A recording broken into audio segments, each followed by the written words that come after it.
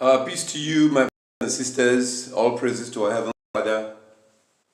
We have met again, and today we're going to be covering Sirach chapter 20. Sirach chapter 20, I love the book of Sirach because the book was written by a lawkeeper for lawkeepers. In the book of Sirach, book I highly recommend that you get this book, or you can contact. We've been studying it, and today we're going to be dealing with chapter 20. Sirach chapter 20 has so many things that we've been taught in this book. A lot of teaching, lots and lots of good. So I also do use it to teach others. Of course, our overall Malachi chapter 4 verse 4, that we should follow every single law that was given to Moses. Malachi 4:4, the Most High told us that. In Matthew verse 1, declared that we are to follow all the laws of Moses. So the law of Moses is our template. Books written by lawkeepers. I highly recommend the book of so this, some of you may not know this, but I do have a Facebook account. That's my name on Facebook. I apologize for those ridiculous noises. So that's my name. Israelite Assembly. It's my name on Facebook. Let me do this. So my name on Facebook is Igbo Israelite Assembly. That's where I do most of my broadcast now. I do live broadcast and I do that on Facebook. But within yesterday, I decided to start coming back on YouTube. Some of you might know, when I used to be very active on YouTube, I used to be very active on YouTube.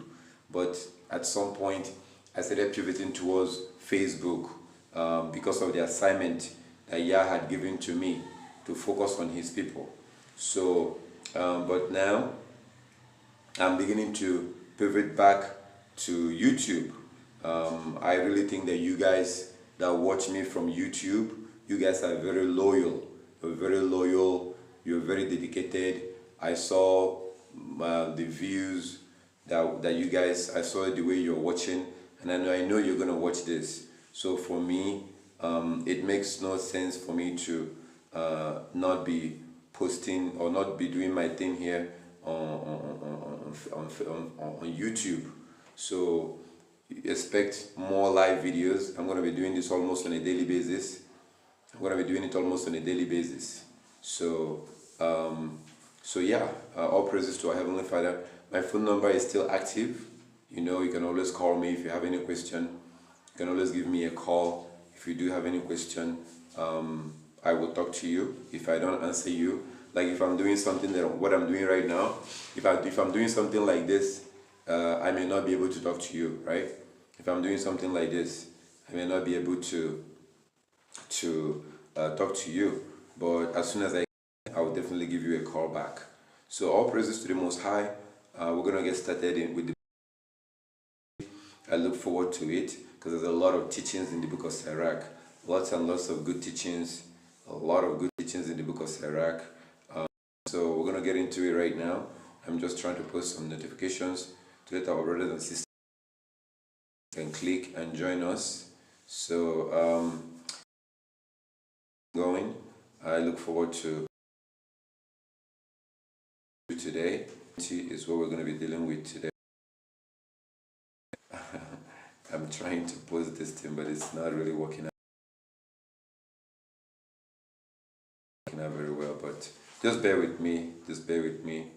I do have some students able to teach them, so that when I go live, I don't have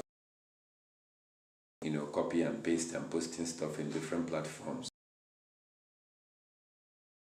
To worry about this because it does distract me from focus. To copy this, I wanted just to invite people. Just bear with me, please. Bear with me. I will be with you. I apologize about yesterday. We do have some to fix. Sometimes the connection can be very good. sometimes it's not, and it can be very annoying, frustrating when it's not very good. You know what I mean? So, anyways, let me try this, and then we'll get started. Almost done. Almost done. Come on, come on, come on. Not as fast as I would like. So, as time goes on, people to share video, but I encourage you to share it. You never know. So I think I got it. I got it now. I just did the one that was not right, and this one is right. And go. Okay. So Sirach chapter 20 is what we're going to be dealing with today. And by the way, I'm going to be coming back with the law of the day. I haven't been doing the law of the day for almost 2 months, or probably more than 2 months now. Okay, so let's get into this. This is Sirach chapter 20. Pardon my voice. I went out this morning to preach, and my voice is kind of like I was preaching, trying to wake our people up. So my voice might be a little bit cranky. Just it's because of that thing. So when you're speaking loud and you're talking, sometimes it does happen. Okay, Sirach chapter 20. Knowing when to talk. Knowing when to talk. This is why the book of Sirach is beautiful. I love the book of Sirach, I'm telling you. I love this book.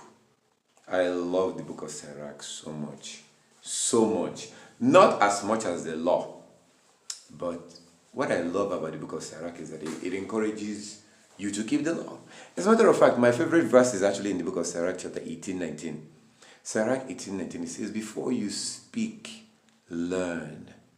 Before you fall ill, take care of your health. I love it. The next chapter, Sirach, I think it's at 20, or the next chapter, if you go next chapter, it tells you about wisdom.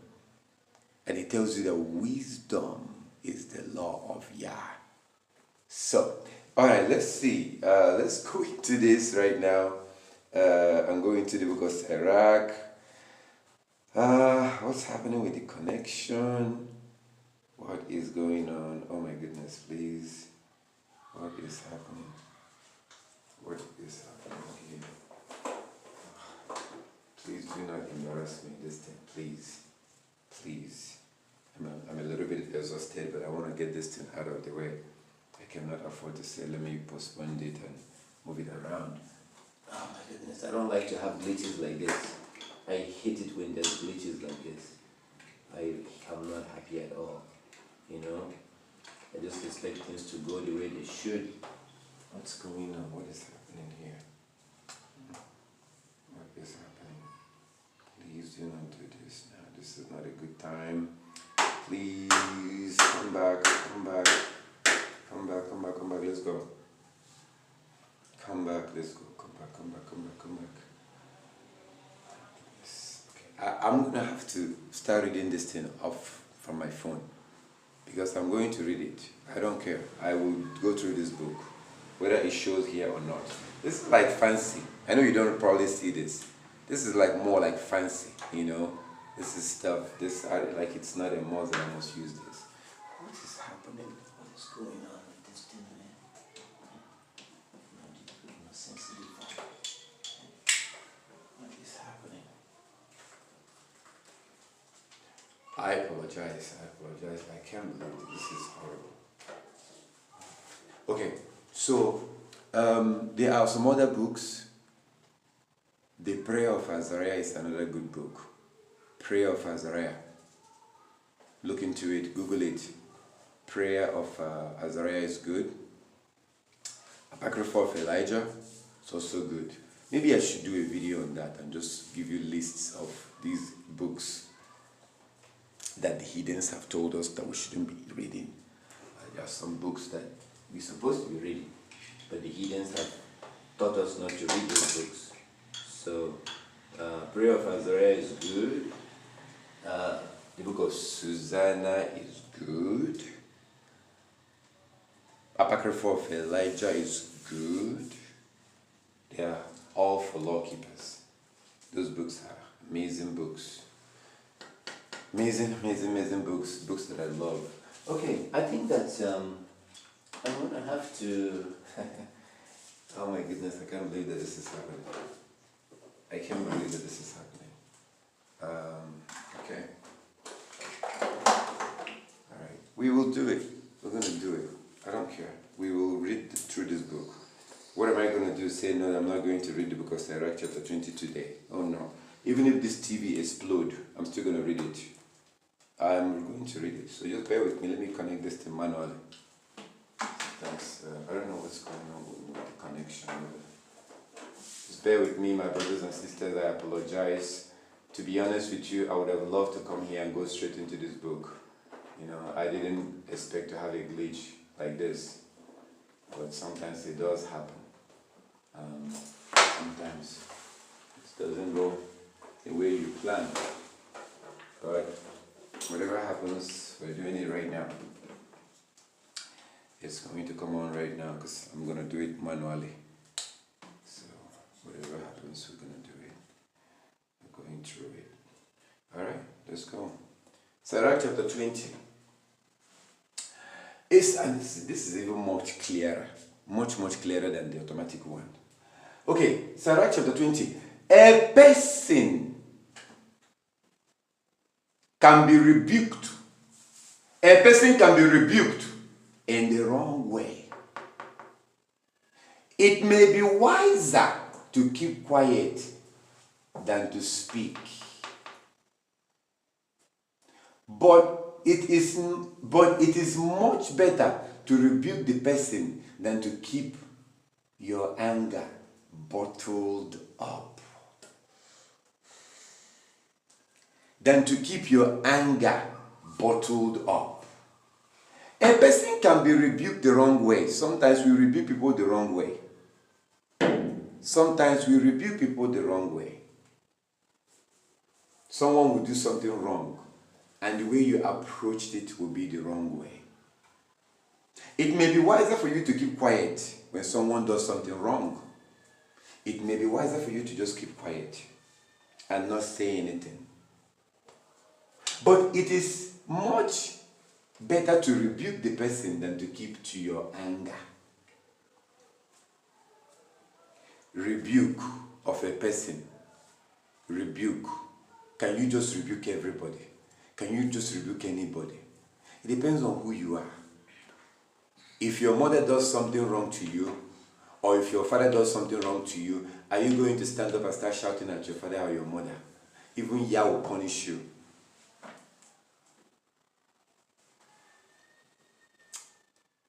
There are ways to express things if you feel like you've been wronged. You see, if your father does something wrong to you, or your mother does something wrong to you, are you gonna take this stick and begin to flog them? No. But if you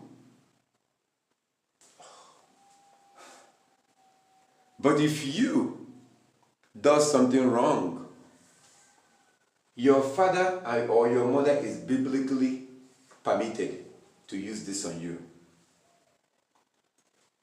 Your father or your mother is biblically permitted to use this on you. If you do something wrong, your father or your mother can flog you. They can flog you. They can beat you. Your father or your mother can use this on you.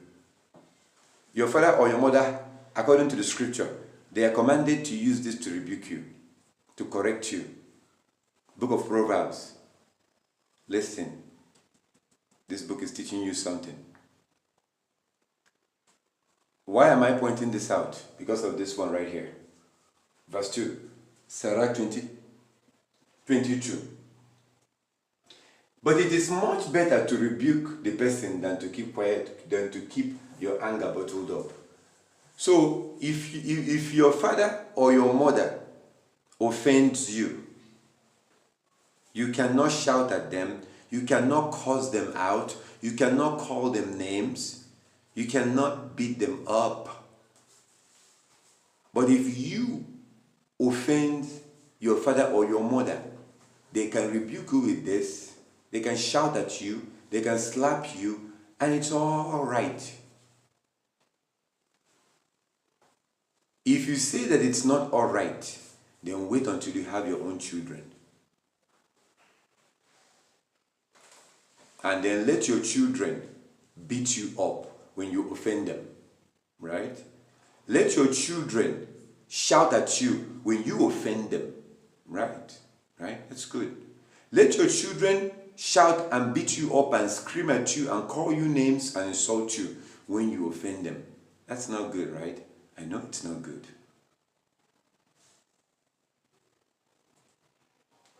So I want you to understand this, that when it says that it is better to rebuke somebody, you don't rebuke, you don't disrespect someone that is older than you in the name of rebuking them.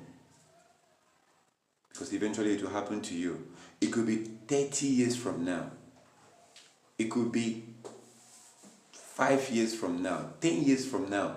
You know, the sad part about this thing is that when that thing comes back to haunt you, you won't even remember.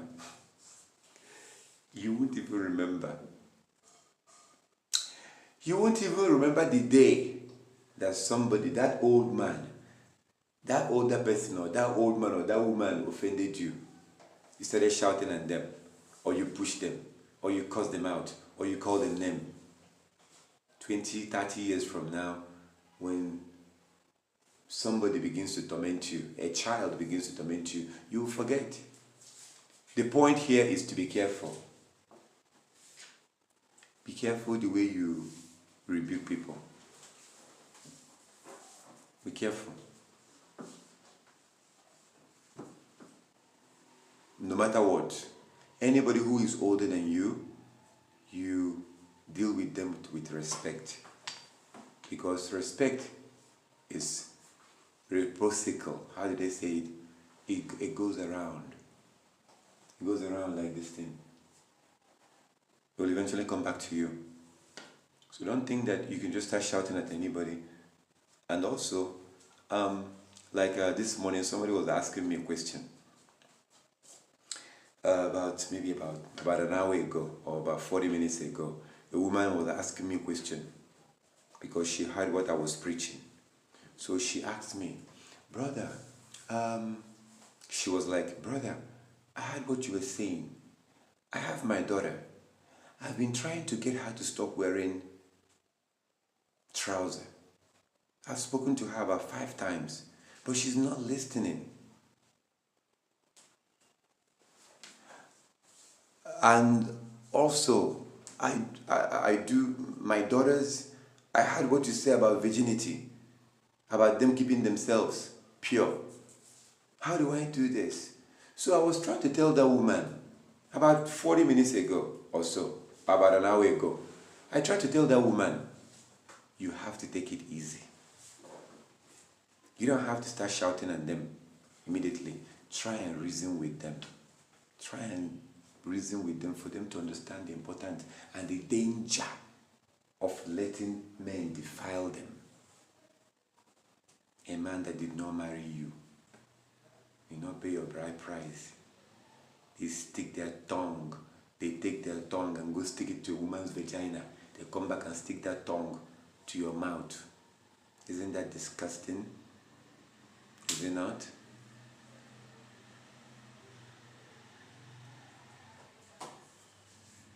They go out and they lay with a prostitute. They come back and get on top of you and inject whatever they collected over there into your body. There's a way to reason with people, with the truth. This is the truth. Are you going to tell me that it doesn't happen? Are you going to tell me that men are not doing it? Are you going to tell me that they don't do stuff like women are not doing stuff? It happens. It's fact. You use facts. That's the thing when I preach, when I go out and when I talk. People are like, oh yeah, it's true. No, that's true. But they will not do it. So the point is, don't start shouting at your child. Try to reason with them. When you try to reason with them and then they refuse, that's when you get this out. This must come out. You must have one of these. What you see here is not for fancy. Yeah, I used it to point to TV, but that's not why I bought it. I did not buy this thing to use it to point to the TV. I bought this to use it on my student. I bought this to use it on my student. Because if I do not use this on them, that means I hate them. That means I hate them. Proverbs tells you, do not withhold a rod from a child. And it says that any child that is not disciplined, any child that is not flogged, is a child that is hated. That's why there was a time in our culture. There was a time in our culture when Junior Ajo, don't just open door, Junior. Gunya I know bele. Where I'm going to call kita. Yeah. Do I just square I know bele. Junior, Junior, sorry about that. Somebody's knocking on the. Somebody's trying to get in. But anyway, there was a time that parents will actually encourage you to discipline their child. There was a time that I was not only afraid of my mother or my parents. There was a time that we were not only afraid of them. We were afraid of our parents and everybody around. There was a time it was like that. But it's not like that anymore. So anyway, all praises to our Heavenly Father. Let's keep going.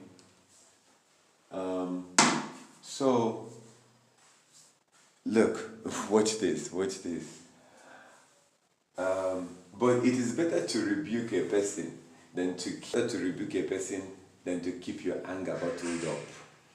If that person is older than you, do it respectfully. There are ways you can respectfully tell somebody, I'm sorry, but you did this and I don't like it, whatever. And sometimes the person might understand and say, oh, I'm so sorry.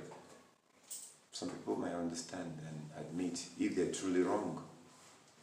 Because the Bible tells you that there's a way that seems right unto a man, but the end is destruction, right? Sometimes people are doing something, they don't know that thing is bad for them, right? So sometimes we do have misunderstandings. Sometimes you might be thinking that somebody offended you, but that's not how that person sees it. Sometimes you might think that something is like this, it's actually like that. Sometimes you think that something is up, sometimes it's actually down. So sometimes it happens. Sometimes we get angry at somebody that they offended us. But actually they did not. It's just from our own point of view. So if you tell the person and they refuse to acknowledge what they did wrong, don't let it bother you too much. A reasonable person will understand and they will apologize. Regardless of their age, they will understand and they will apologize. An unreasonable person, they may be wrong and they will not listen, they will not apologize. See? So it depends. Or maybe the person is wrong, or maybe they are right, and maybe you're accusing them falsely. The point here is to get that thing out of your heart. That's the point. Get it out by telling that person, talking to them. That's what this is teaching you. Bottled up. You know, we put something in a bottle and you lock it up. Bottled up. Don't keep those things in your heart. Bottled up. Alright, verse 3. Admit when you are wrong and you will avoid embarrassment. That's the way I like to live my life. I don't hesitate telling somebody that I'm sorry. I don't.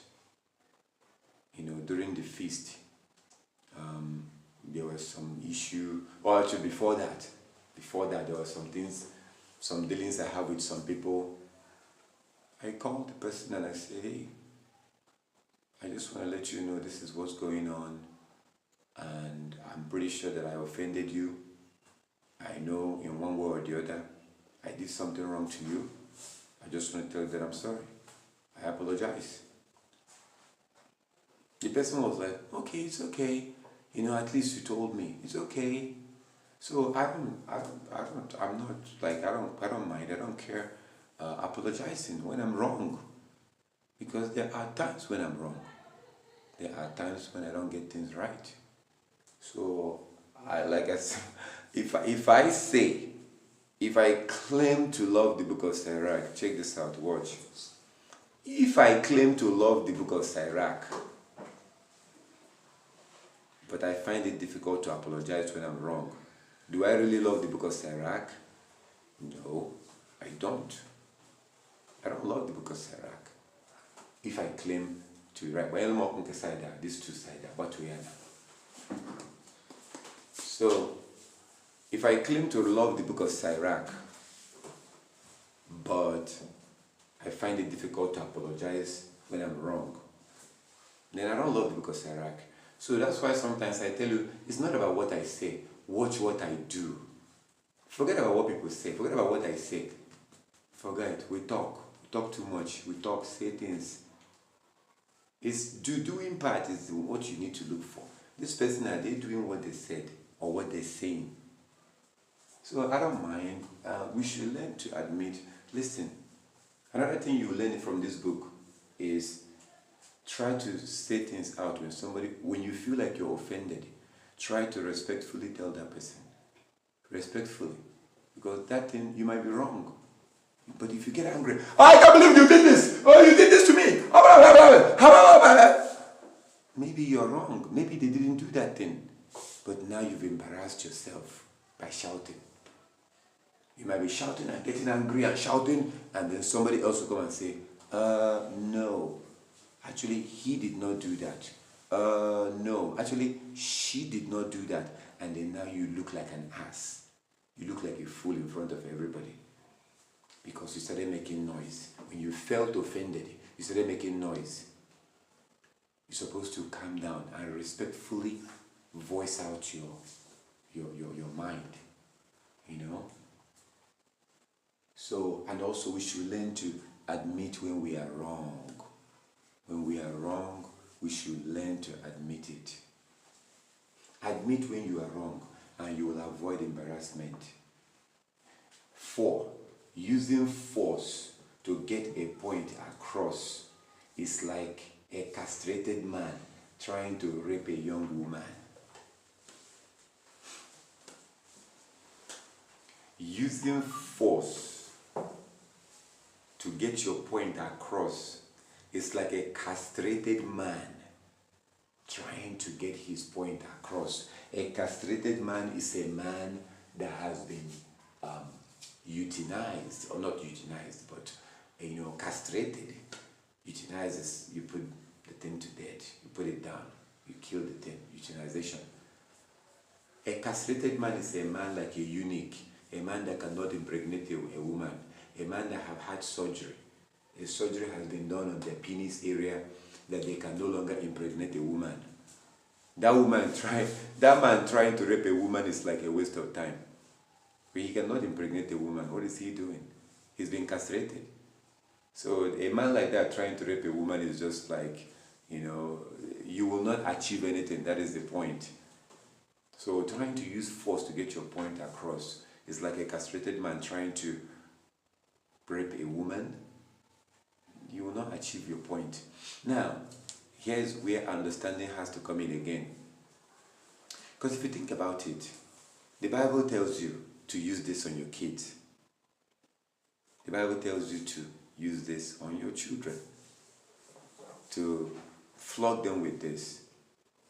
The Bible tells you that. So, the question is the Bible contradicting itself? That's the question. Is the Bible contradicting itself? Maybe I should refer you to Commandment book, because in Commandment book I documented these things. I documented it and gave you the Bible verses and wrote it in a way that it's very easy to understand. So is the Bible contradicting itself? Because at some point, look at this, watch this, watch Proverbs 23, 13 and 14. So is the Bible contradicting itself? Withhold not correction from the child. For if thou beatest him with the rod, he shall not die. Thou shalt beat him with the rod, and shalt deliver his soul from hell. So Sirach 20 is telling us that we shouldn't try to use force to get our point across. Proverbs chapter 23, 13, 14 is telling us that we should beat our children. Is that a contradiction? So what's happening here? What is going on here? Why is the Bible telling you this? Why does it seem like there's a contradiction? It seems like there's a contradiction, So, no, there is no contradiction. There's absolutely no contradiction.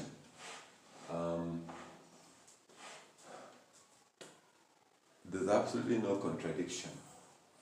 Alright, so now, alright, so let's get back to the book of Sirach. Using force to get a point across is like a castrated man trying to rape a young woman. The point is, you have to gauge the situation. If a child does something wrong, right, where you need to discipline them, and beating them, as you saw in the book of Proverbs 23, beating them is part of that discipline. It's okay. I know in America where you are, it may not. In Canada, maybe some Caribbean countries, they may not let you discipline them, right? Because they're following the Europeans. But you should discipline your child. You should. A lot of these white people that you see, a lot of them are disciplined at home.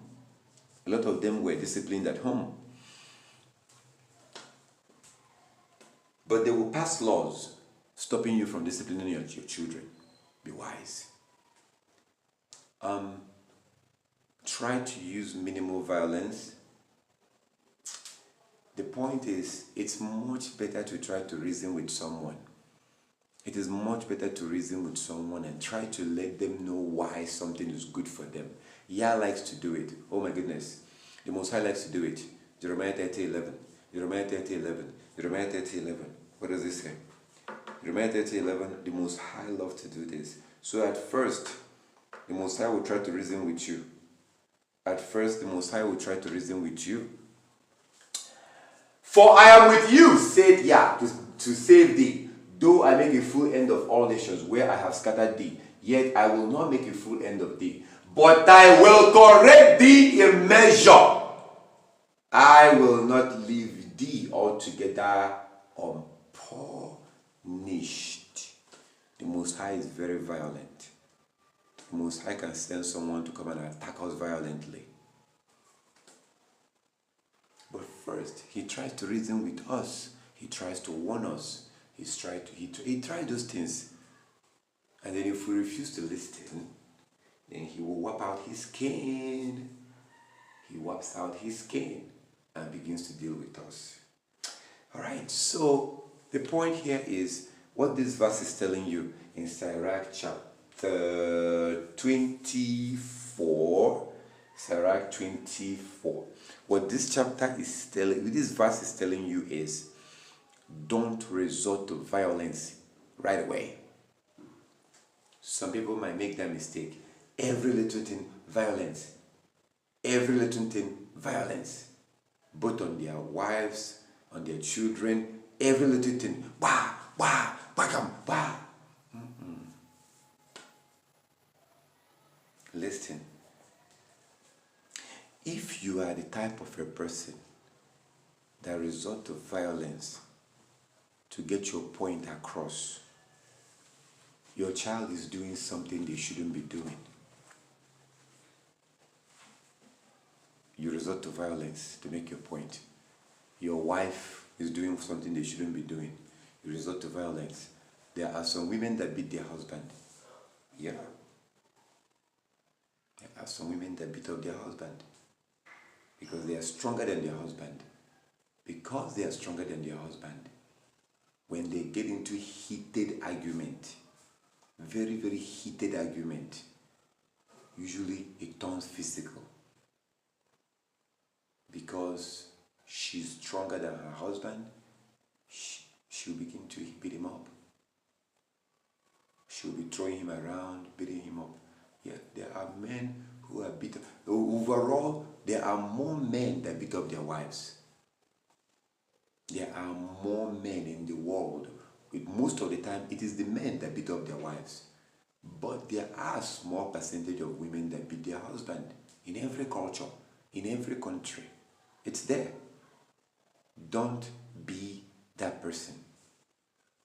And the thing is this. If you or me, if we are the type of people that resort to violence to get our point across, yeah, if people will do whatever you want them to do, people will listen to you, whatever you are enforcing with violence, they will do it. But look, what are you looking for? What is your goal? Especially when it comes to the word of Yah. It's not something you force people to do. You don't force people to do that. And trying to use violence, anger, beating to always make your point. People will obey you out of fear. They will do those things that you want them to do out of fear, not because they want to. That is the wrong way to get your point across. Violence. It is much better to reason with the person. Reason. That's how the Most High do. That's how he does. Look, watch. Look, watch this. Watch. The Most High, the way he does it, whenever I'm talking, the Bible verse will be coming. This is what I'm supposed to show you right now. Let me show you. Watch this. Look. Isaiah chapter 1 from verse 18. The Most High said, come now, let us reason together. So if the Most High, the Creator, who can snap his finger and I will be dead, if he can say to me and to you, come, let us reason one to another. If he can say that, who am I to always resort to violence? Every little thing, you start beating people. Every little thing, you start flogging people. Every little thing, you start shouting. No. If you truly want to get your point across, you have to try to reason with that person or those people.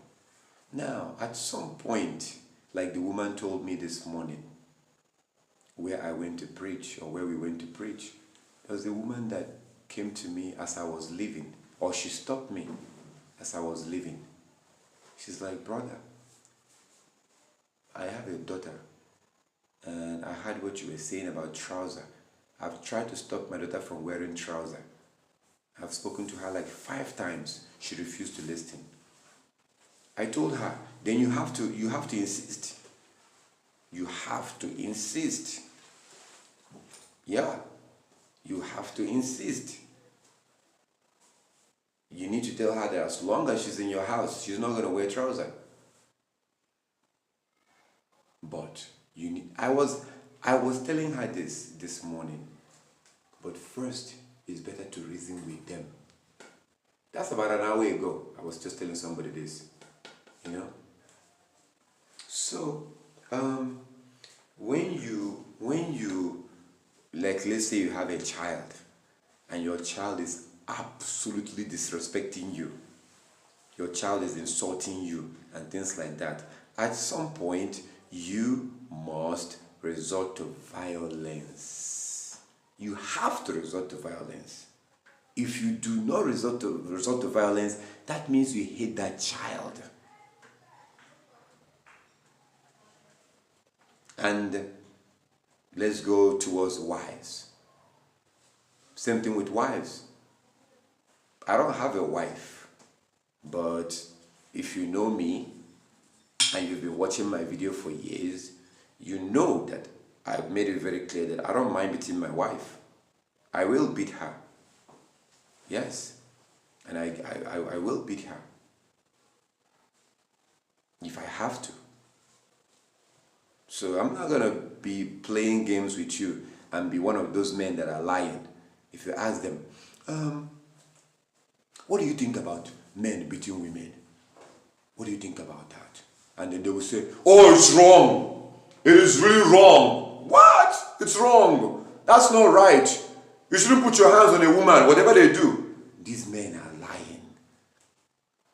These are the type of men that will lock the door. When they will beat their wife, they will lock the door and beat. They will beat fear into that woman. And when you see those type of women, you see them, they wear big eyeglass because they are hiding their black eye. These are the type of men that beat their wife until she gets a black eye. Very violent people. I'm not going to play that game. I will let you know, yes, there are situations where I will beat you. If you don't like it, go. This is who I am. Because there are moments, but me personally, I prefer in reasoning with people. I prefer in doing that. I have family members that do not keep the law. I tried to reason with them. I tried to reason. I tried to show them. One Sabbath day, I was with the congregation online, and then I perceived that something was being cooked. So I was like, hold on, I'll be right back. I went out, I went downstairs, and lo and behold, somebody was cooking in my kitchen. And it was my younger brother, 27 years old, was cooking. Oh my goodness. If not because it was a Sabbath day, I would have hit him. I would have attacked him. Because I've already warned him. They know. Even before I came back, there was a time that we had a fire in the house. Very strange fire. I'm telling you, it was a strange fire. I was in California at that time. This was a couple of years ago, maybe like 4 or 5 years ago. Maybe something like that. When they told me that there was a fire in the house, after they explained the way that the fire burned, I told my mother, the reason why that fire burned in that house is because you are cooking in the house. Stop cooking. I spent almost 1 hour on the phone, or if not more than 1 hour, trying to reason with her. If you keep cooking in the house on the Sabbath day, that house will burn down. After everything I told her, she still cooks in the house. She continued. So, am I going to use violence, use force to get the point across to my mother? No. Yes, she might be cooking on the Sabbath day. Yes, she might be breaking the law. But I'm not going to use force. I'm not going to hit my mother. Because you know what? Guess what? Look, watch. This is what I said earlier. No matter what my mother do or my father do, if I become violent towards them, the Most High would not care. Even if my mother or my father killed somebody and eating their meat, I shouldn't become violent towards them. what will I do? Separate. Separate from them. So it's the same thing with a wife. If I lay my hands on you as my wife, that's probably because I care about you. I know that sounds strange, right? That sounds very strange. What are you talking about? If you beat your wife, you're saying that if you beat your wife, that means you love your wife? You're not supposed to beat someone that you love. Because I'm trying not to be fake. You see, a lot of these men that claim that they don't beat their wives, they have many girlfriends outside. So whatever their husband or their wife is doing, they don't care. He has someone that if you do certain things and you piss him off, he will start thinking about that person. He wouldn't think about you. Like he wouldn't care because he has somebody outside. So, because he doesn't care about you. So there's no need to correct you. Why would he want to correct you when he has someone outside?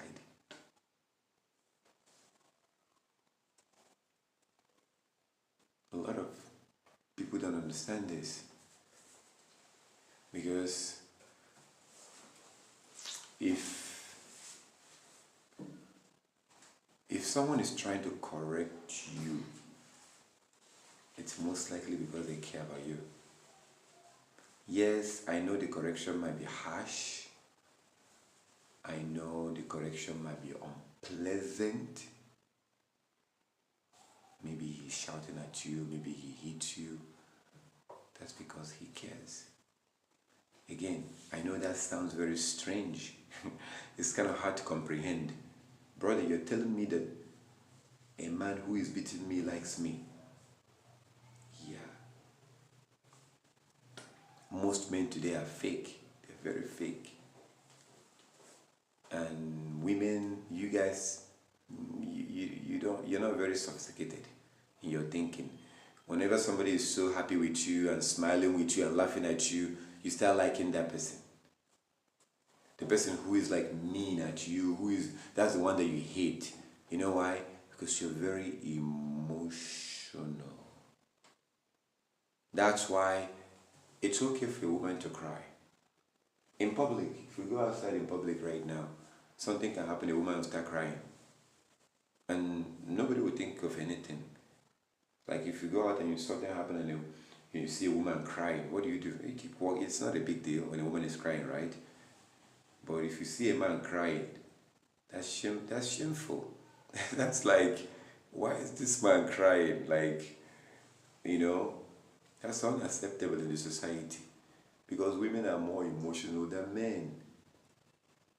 The mistakes that some women make is that they tend to like men who always showers them with praises and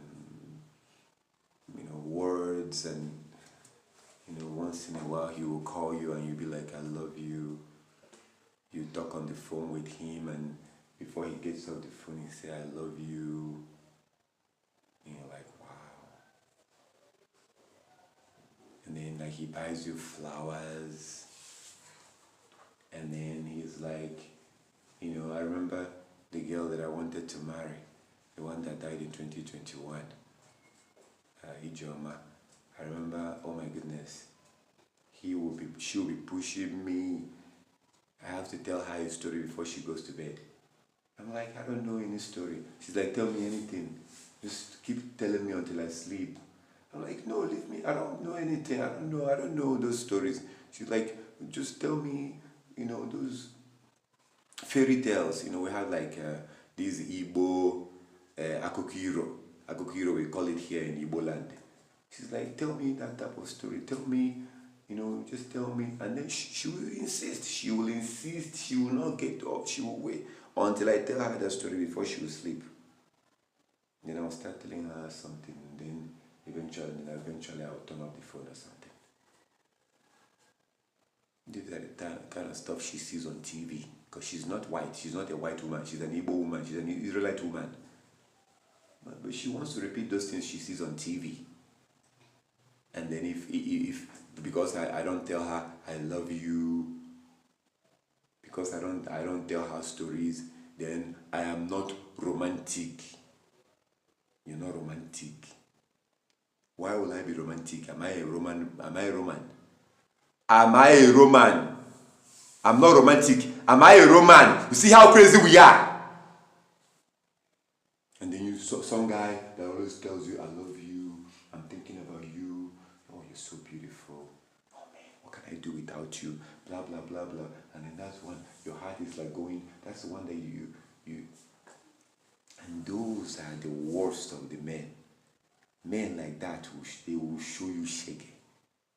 Men like that, these are fake men. We don't like the ones who are rugged.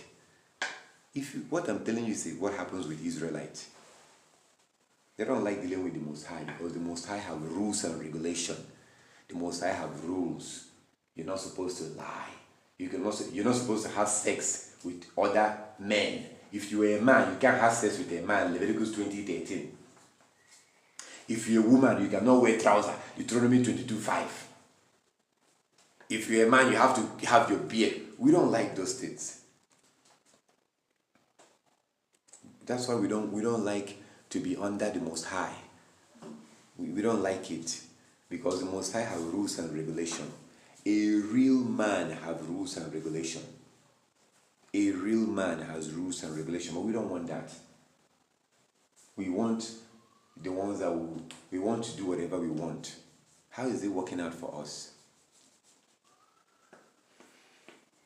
A real righteous man will be acting like the Most High. They don't have to tell you that they love you. You will see. You will hear. You will see. You will see that they love you by their actions. Not by what they say. I remember one time in California, in El Segundo, California, I was picking up this man, a white man. He came into the car, he was on the phone. He opened the door, he came into the car, and he was on the phone around 6 in the evening or so, or 5, something like that. He was on the phone with his wife. And I think he came from maybe New York or Texas or something. He came to California, and then he was on the phone with his wife because he was already like late over there. So he was calling to talk to his wife and ask about the children. And then as he was about to get off the phone, he told the wife, I love you. And then he hung up the phone. As soon as he hung up the phone, he asked me, is there a strip club around here? I was shocked. I was shocked. This man just told his wife that he loved his wife. And you're asking me, is there a place where I can go and see naked women? And in that place that they see naked women, they're having sex with these women sometimes. They pay money. Do you not know that they have sex in strip clubs? They do have sex inside strip clubs. How do they do it? They call it lap dance. Lap dance. You see those lap dance? You see those lap dance that the man will sit on the chair and the woman will sit on him, rubbing. Let me tell you something. I've never done it all, but I know that they do it. Do you know that sometimes if the man pay more money, they will go like around the corner. The man will sit there like when they do the lap dance. You know what lap dance is? When they do the lap dance, the woman, you know how the woman dress? She will just pull her underwear on the side. Huh? Huh? What are you talking about? Your phone is off. Which phone is off? The one you. What are you people talking about? Oh, but if I never. It's okay, don't worry. Oh, don't worry. So, please, listen. what I was saying.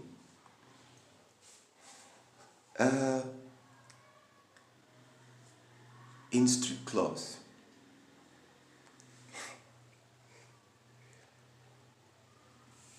they will actually use their hand. If you pay more money, these women will take condom. The owner of the club knows what's happening because they do get money. They will use condom. They will put a condom on that man, and then they will sit on that condom. The man is sitting down on a chair. The woman will open his zip, put that condom on that man, and then she will sit on that man, pretending that he's giving the man a lap dance. It happens at the strip club. Do you think that they go over there to go and do you think that the reason why these women are doing that work is because of $1 they're being spread? Because of the $1 they're putting in their bra? And they are no. There are men that will go there, they will pay like $300, $400 for a woman to do that thing to him. And that's what this man was asking me. I think I understand what people are saying now. That the battery have died. Yeah. So that's what happens. That's what happens, my brothers and sisters. It happens. It actually happens. You know what I'm going to do? I'm going to continue, but I'm going to continue reading my phone. I think I should need to continue. Sirach 20.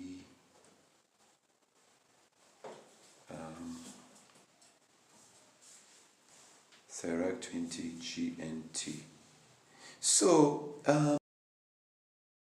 my point was, this man, you just told your wife you love your wife, and you are asking me if there's any place you can go, a place that they have sex with people. Oh my goodness.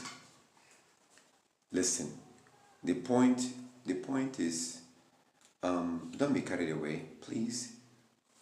Don't be carried away by what people say. Look at what I do. Don't worry about what I say. You know, we could talk and say all kinds of stuff. All right, I'm going to continue reading it from here. I'm going to continue reading from my phone. So, in terms of getting point across, I think that's where I was. Verse 4. Using force to get point across is like castrated. It's like a castrated man trying to rape a young woman. Using force to get your point across is like a castrated man trying to have sex with a woman. I'm telling you, and this is the point before I move from this verse. Yes, there are me. I have this for my student. I use this on my student. And if I have a wife, I'll probably use this on her. That's just me. And I'm the type of person that will tell you this before I marry you. I will let you know, because I wouldn't want you to have any surprises. Okay? I'm not like a regular man. I'm like a man from the ancient times. I'm not gonna, excuse me, if I may borrow those words that people are using. I'm not gonna bullshit you. I'm not gonna bullshit you. I will try to let you know who I am. I will tell you hoha, as we say over here in Africa, hoha. I will tell you hoha. Look, I might marry other women too. It doesn't mean I hate you. Just because I marry another woman doesn't mean I hate you. Oh no. So that's why you have to explain these things to people in the beginning. I remember some years ago, there was a young woman that I was thinking of marrying her. That was when I was like, oh my goodness, I was going crazy looking for a wife. I was just like searching, looking for a wife. Look, I don't care about that much anymore, right? Like as I used to now. You know, I'm probably going to die without a wife and children. Probably. Having a wife and children is no longer my priority. Serving Yah is my priority right now. That's my priority. That's what I care the most. But when I was going crazy looking for a wife, I remember there was this young girl.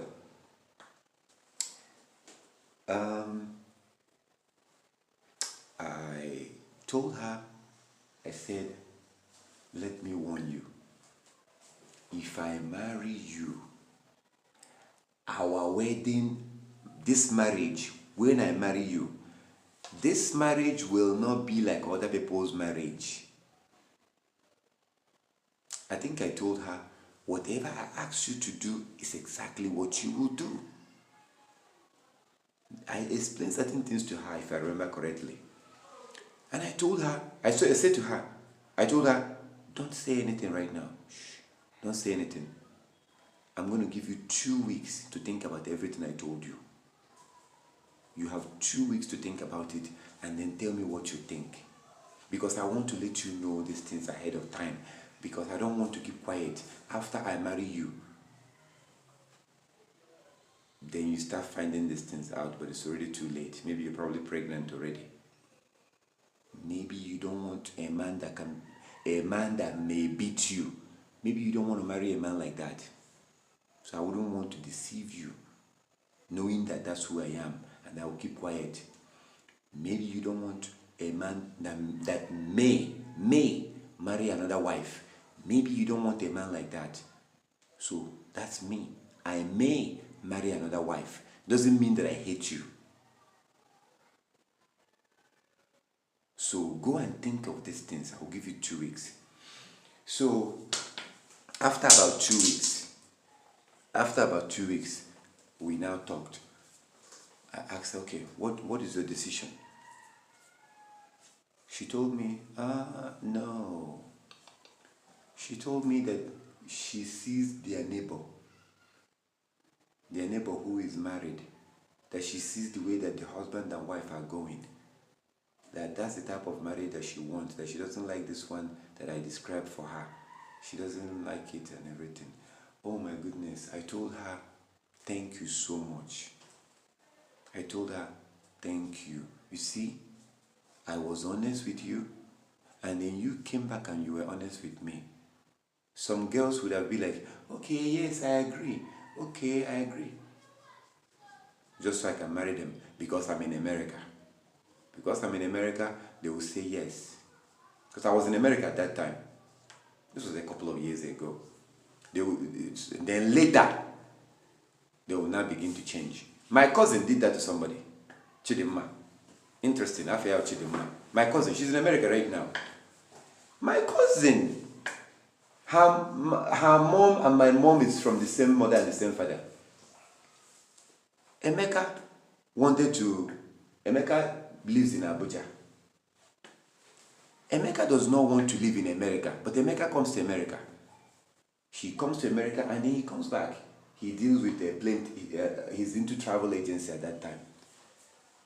Emeka told Chidimma, I do not want to live in America. If I marry you, we will have to come back and live in Nigeria.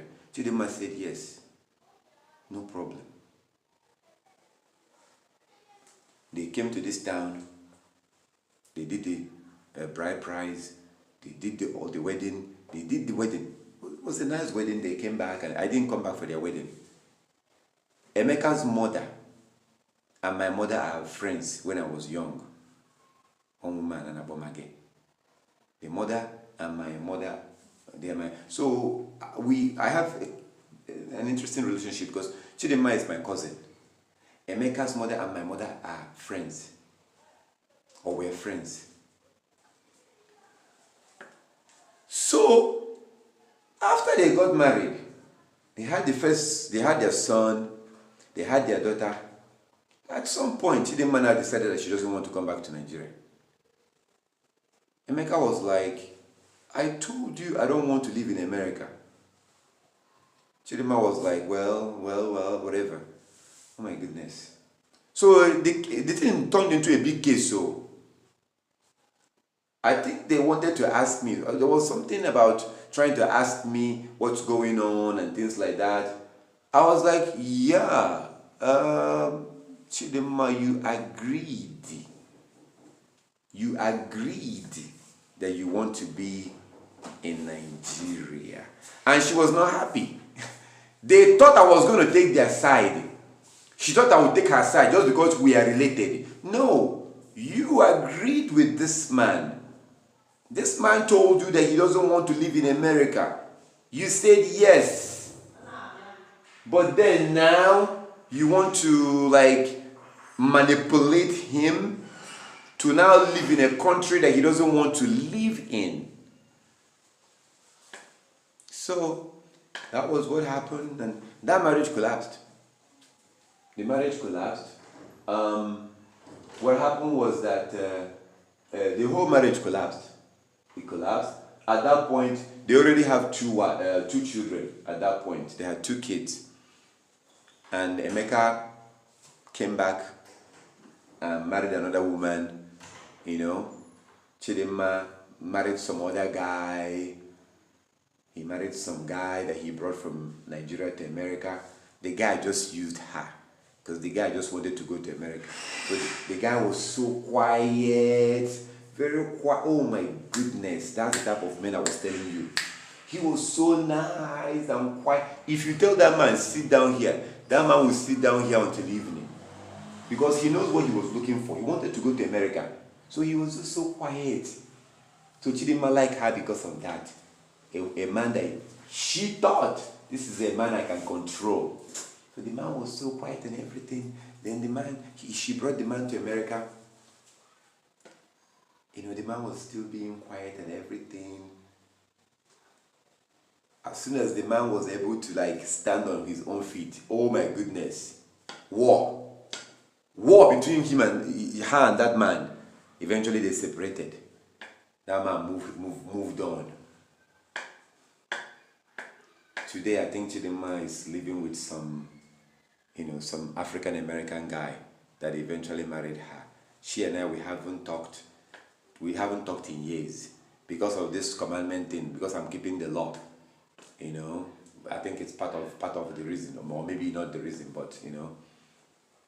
So that girl that I told, you know, I tried to explain certain things to her, and I told her to think about it. And then she told me, no, I don't want to have that type of marriage. I told her, thank you so much. I told her, thank you so much. And she moved on with her life. I moved on with my life. And then after some time, she started contacting me. I think maybe she spoke to her mother or somebody. Maybe somebody advised her, are you crazy? You know, for saying no. So later on, she tried to come back. But at that point, I was already, because I believed the first answer she gave me, you know. So if you are a man, try to be real with those you're dealing with. Especially when it comes to things of marriage. Don't trick a woman. Don't trick a woman. If you know that a woman wants something, you start pretending as if you can do that thing. If you know that she doesn't like something, you start pretending as if you don't like that thing, just so you can marry her. What are you doing? Are you planning to get married for only like 1 month or 1 year? This is a lifetime thing. Be real. No matter who you are, listen, brothers. No matter who you are, no matter the behavior you have, there will always be a woman that will love you for who you are.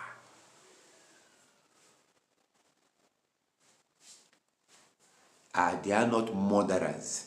Their wives are still going to the prison to see them.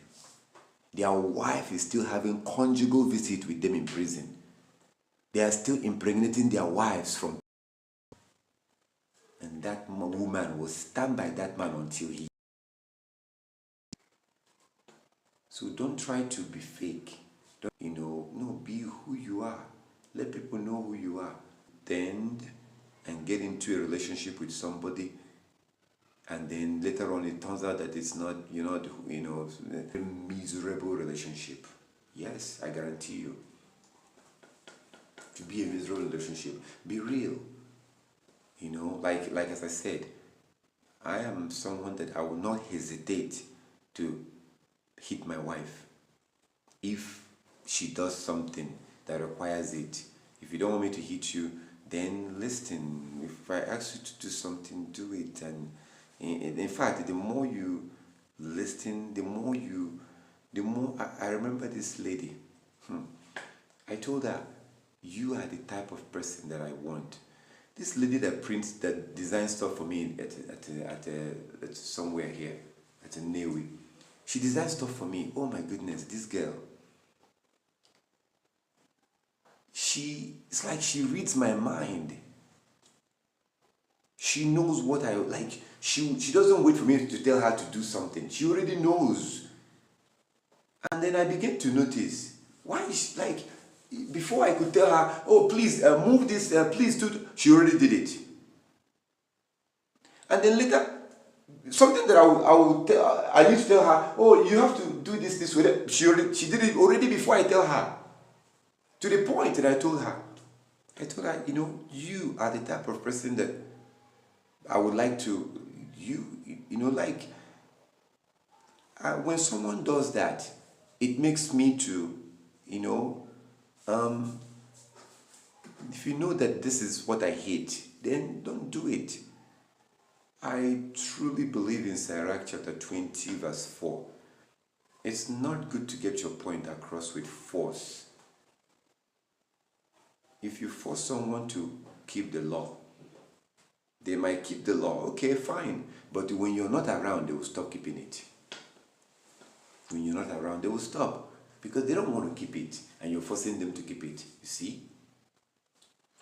So, the point here is, try and be real.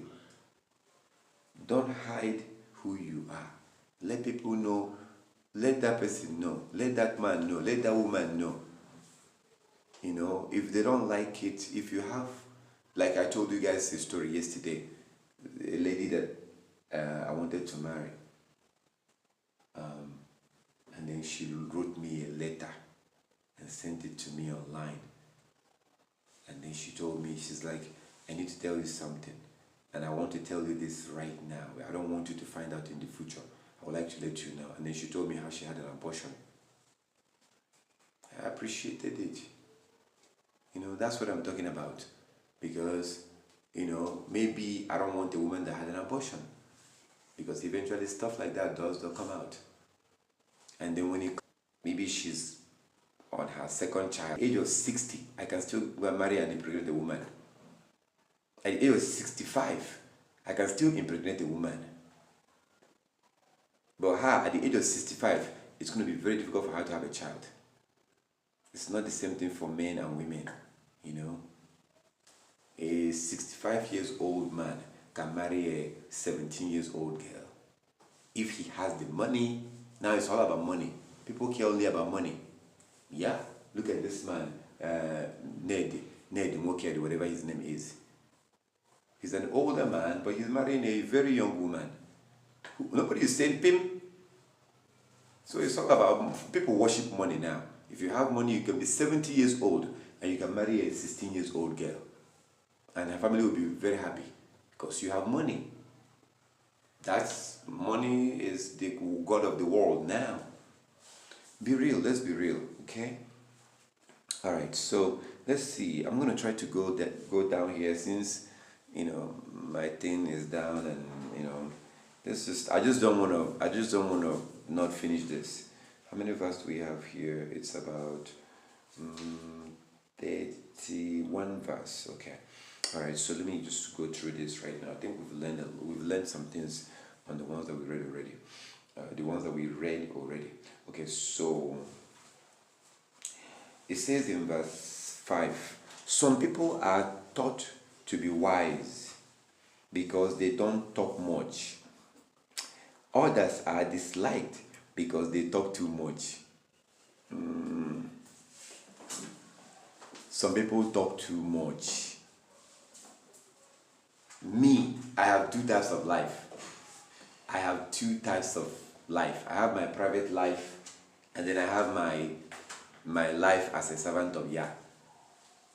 When I'm talking about the Bible, there was the time I was doing a program. I talked from 9 in the morning. Around 9 in the morning, I talked until the next day, around 11. People were asking me, please go and sleep. Go and get some rest. I talked for more than 24 hours. on Clubhouse. But me personally, in my private life, I don't like to talk too much. If it's about personal things. But when it comes to the things of yes, I talk. Try to talk less. Try to listen more. Try to talk less and try to listen more. Some people are thought to be wise because they don't talk much. Others are disliked because they talk too much. Some people keep quiet because they don't have anything to say. Others keep quiet because they know the right time to speak. Know the right time to speak. Know the right time to speak. Know the right time to speak. Don't be talking anyhow. Don't be talking anyhow. Know the right time to speak. You can't just be speaking anyhow. Watch your words. Watch your words. Don't be talking anyhow. Try and know the right time to speak. Okay? Verse 7. A wise person will not speak until the right moment. Yes. But a bragging fool doesn't know when that time is. No one can stand a person who talks too much, who talks too long, and will not give others a chance to speak. Oh my goodness. Oh my goodness. Try and give people a chance to speak. My brothers and sisters, go and watch the debate now I had with Hebrew Israelite. Watch that debate. I told you something. Forget about what I say. Look at what I do. Look at what I do. That debate I had with Hebrew Israelite, that was on my platform. I invited them. They came to me. They were on my platform, and yet they would not even allow me to speak. I had the power to throw them out. I had the power to kick them out. And yet I was giving them power to speak, to the point that some of them was insulting me on my own platform. Allow people to speak. Especially, oh my goodness, I wish there's a way I can put this inside your mind. Whenever you're talking about the word of whenever you're talking about the word of whenever you go out to preach, whenever you're discussing with somebody, speak and stop. Let them talk too. You may not care about what they're saying, but allow them to say it. Because if you're talking to somebody about the word of and you're talking,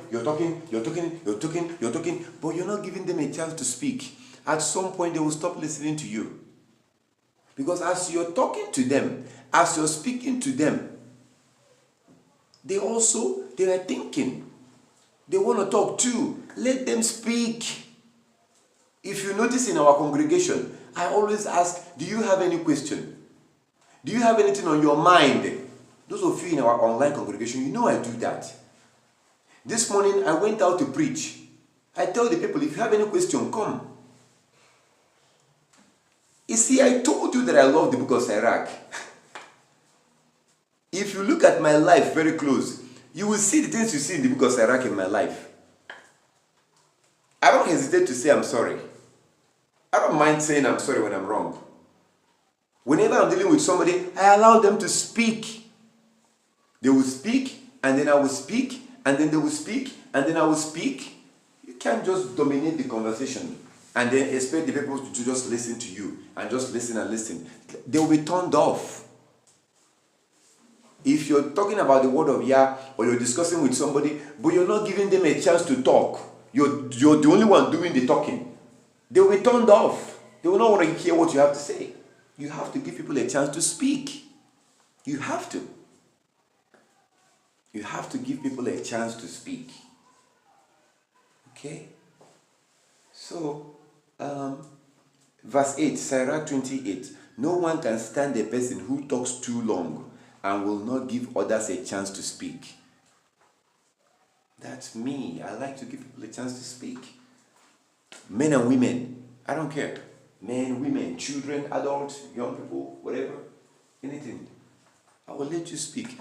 Listen, let me tell you something.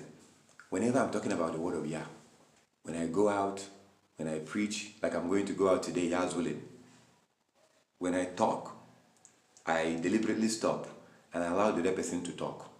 I don't care what they're saying or what they want to say. I just want them to say it. I just want them to say that thing that is in their mind. I want them to say it out. I don't care what they're saying. I don't even care. I know they're talking nonsense. Jesus died on the cross. We are under grace. Blah, blah, blah, blah, blah. I don't care about what they're saying, but I want them to say it. You know why? Because if I give them a chance to speak their mind, then they will also listen to me. What I'm telling them is more important than what they're saying. But I will give them a chance to say that thing out. If I listen to them, they will listen to me. And people love to be respected. Even little children. People need to be respected. We need to try not to be rude. If you're dealing with someone, you're not giving them a chance to speak. You just talk and you talk and you talk and you talk. You don't even give them a chance to talk. That's disrespectful. When you respect someone, the people like it. We're human beings. We have emotion. We have feelings. We like to be respected. So as a child of Yah or someone that deals with the word of Yah, you need to learn how to communicate. Communication is very important. Sometimes you see those videos on YouTube. They preach and they won't let you talk. They will say, no, you're a woman. You can't speak because you're a woman. Or, like if they find one word, they're there to shut you down and not let you talk. No, you need to give people a chance to speak. What are you afraid of? Let them talk. If you know that what you're saying is the truth, if you know you're saying the truth, then why would you be afraid of somebody talking? All right. So we're going into a different topic now from verse 9. Verse 9, it says, bad luck can sometimes lead to success, and a stroke of good luck can sometimes lead to loss. I wouldn't really call it bad luck or good luck, because there is nothing like luck. Luck does not exist. There's nothing that happens that Yah doesn't know, that Yah doesn't approve of. I think that the right word to put here is probably destiny. Destiny. Because there's nothing like luck. Luck is something that the Gentiles made up. When something good happens to somebody, they say, "Yay, you're so lucky! Wow, you're so lucky! You're lucky! Oh, I was so lucky to find that thing. Oh, I was so lucky." What is luck? We're not supposed to be talking like that. Lucky. Luck. Lucky. If something good happens to me, I am thanking the Most High. I am not going to say that this good thing happened to me because I was lucky. No. We had a successful feast and nothing bad happened to us. Is that because I was lucky? No. I drove yesterday. I did not have an accident. Some people may say that's luck. No, that's a pagan way of talking. Please do not speak like that. Don't be saying that you're lucky or luck. There's nothing like luck. If something good happens to you, praise Yah. Praise Yah. Okay, verse 10. Verse 10. Sirach 20:10. Generosity will sometimes do you no good, but at other times it will repay you double. Generosity can sometimes do you no good. Yay! Yeah. Yes, it happens. Sometimes you do something good for people or for someone, they will not appreciate. They will not appreciate them, Yeah, it happens. Sometimes you do something good for someone, they will not appreciate. That's definitely the case. But, like it says in this verse, but at other times it will repay you double. So, we are, you and I, we are not going to stop being generous just because at other times we were generous. We helped people and they betrayed us. We helped people and they insult us. We helped people and they did not appreciate our help. So therefore, that I will no longer help anybody. I just have to be careful, okay? And avoid that particular person that I helped that did not appreciate it. But I'm not going to say that I'm not going to help anybody anymore. Because helping people sometimes can be of help to you in the future.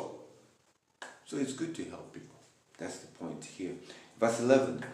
Honor can be followed by disgrace, but there are people who have risen from obscurity to place of honor. Honor can be followed by disgrace, but there are people. Yes, of course, David. David was a little boy, tending his father's sheep, and the Most High chose him. So whatever situation we find ourselves in, we should be grateful, thankful, but whatever situation, because things can change and things will change eventually. If you're down, at some point you're going to be up. If you're up, at some point you're going to be down. That's just life. They say no condition is permanent and then they stop. I like to say no condition is permanent, both good and bad. If it's good for you today, I guarantee you it will eventually be bad for you in the future. That's just the way it is. So let's keep our faith and hope and trust in Yah as we go. 12, Sirach 20:12. Sometimes what seems like a real bargain can turn out to be a very expensive mistake. Sometimes, God open it. Sometimes, oh my goodness, this verse, I love this verse. I love this verse. Verse 12. Sometimes what seems like a good bargain can end up being an expensive mistake.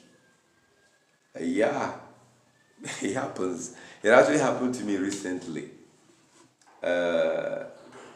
Something that I have, and there was some issue with that thing, and somebody came to me and be like, "Oh, I want to buy it. Don't worry about it. I'll take care of it. Just sell it to me at a low price. I'll pay you low price, and I will go and do this." Blah blah blah blah blah blah blah. And it seemed like a good bargain. It seemed like a good deal, right? So I agreed, and later on I regret it now. I wish if I had known, I shouldn't have sold that thing to them. That's why we have to be very careful. Very, very, very, very careful. Because this verse is telling us that sometimes, we see something, it looks good, and so sometimes we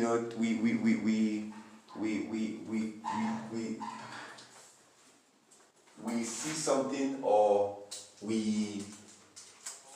sometimes we come across something, or we come across someone, and everything looks good, everything, it seems very nice and good and everything. That's why I keep warning, especially when it comes to relationship.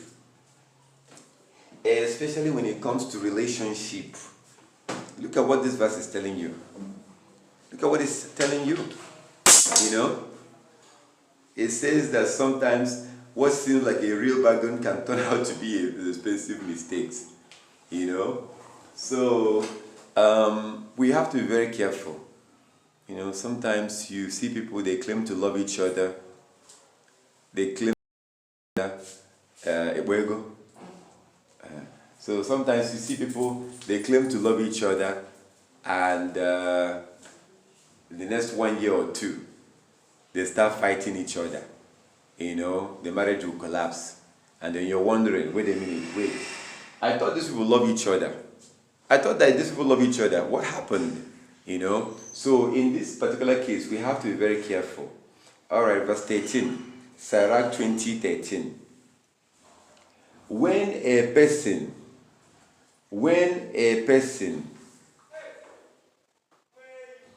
a person with good judgment speaks, he wins friends.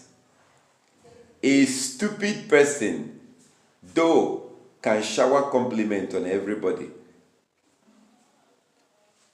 and it won't help him a bit.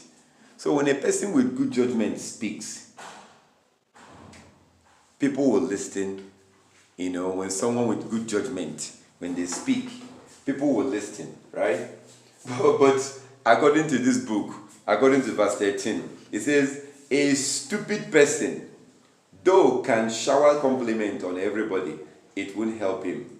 If such a person gives you something, it won't do any good. It won't be as valuable as he think it is. He isn't generous with anything but criticism, which he will shout for all the world to hear. He lends you something today, he will want it back tomorrow. Don't you hate people like that? Then that fool will say, nobody likes me. Nobody appreciates what I do for them. They will take what I give them, but they talk about me behind my back. And he's right. He's a constant joke to everyone. So, how do I summarize all these verses now? Let me start from verse 13. When a person with good judgment speaks, he wins friends. So this is saying that this type of people that talk too much, they brag, they talk, they don't reason very well, they like to talk too much and they brag and they do all these things. People like to take stuff from them, well, but people don't like them. And at some point, they start thinking, how come nobody likes me? How people are always talking about me behind my back and nobody likes me, nobody is this, yeah. You know? So, try to exercise wisdom. Because whenever you are someone that speaks too much and you do too much, everything you do too much, people will not like you. People will pretend, people will just show you their teeth, but they don't like you. Okay? And you will, like, you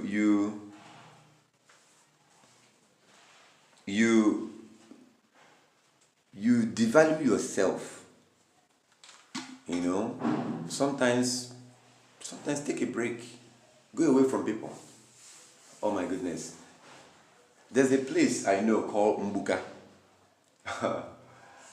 I go to fix my car or fix the car. If I take you to that place, you'll be thinking, what's happening? Because you will see people coming to greet me. People will be coming. People will be like, hey, when they see me, they feel excited. They're excited. They're glad to see me. But if they see me all the time they see me, they will not value me. They'll be like, oh, morning. Good afternoon. Good afternoon. It is very valuable sometimes to stay away. Don't be showing yourself all the time. Sometimes stay away from people. He's probably watching this now. He was having problem with them, and it was like, oh, this is this, and I feel like they don't respect me anymore. I feel like they do not respect me. I feel like he complained and complained and complained.